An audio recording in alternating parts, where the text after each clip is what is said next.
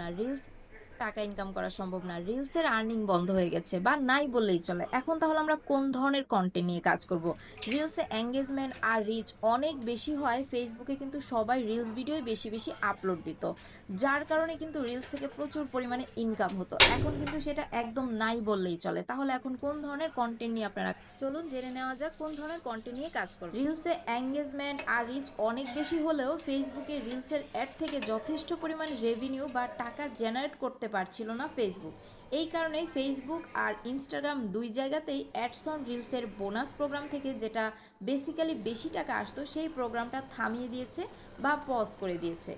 আগে যেখানে 1 লাখ ভিউতে $8-9 এমনকি $10 চলে আসতো, সেইখানে এখন 1 লাখ ভিউতে 50 সেন্টও দিচ্ছে না। তাহলে এখন কি ধরনের কন্টেন্ট নিয়ে কাজ করলে টাকা বেশি? চলুন তাহলে জেনে নেওয়া যাক। ফেসবুক এখন অ্যাড প্লেস করার জন্য 3 মিনিট প্লাস বা লং ভিডিও প্রেফার করছে বেশি। যে ভিডিও যত লম্বা সময় ধরে মানুষ দেখবে তত বেশি ডলার ইনকাম হবে বা সহজ হবে। সহজ কথা বলতে আপনাদের এখন বড় ভিডিও নিয়ে কাজ করতে হবে, মানে 3 মিনিটের প্লাস ভিডিও নিয়েই কাজ করতে হবে।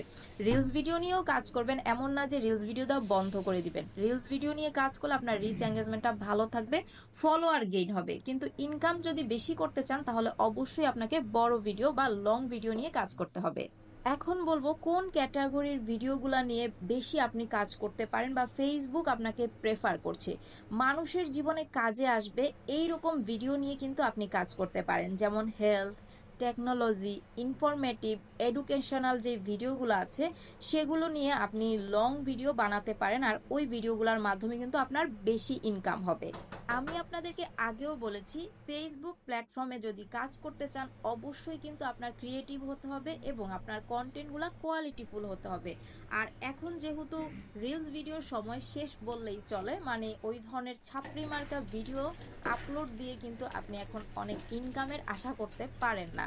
সস্তা বা ছাপড়ি জাতীয় কন্টেন্টগুলো রিচ পেলেও আর টাকা পাবে না, সুতরাং মানুষ এই দিকে কম আগ্রহী হবে। যেটা একদিক দিয়ে কিন্তু সুসংবাদ, কারণ বড় ভিডিও, ভালো ভিডিও, কোয়ালিটিফুল ভিডিও বানাতে কিন্তু সময়, এফোর্ট এবং স্কিলের প্রয়োজন হয়, যেটা সবার থাকে না। যারা এই বিষয়টা নিয়ে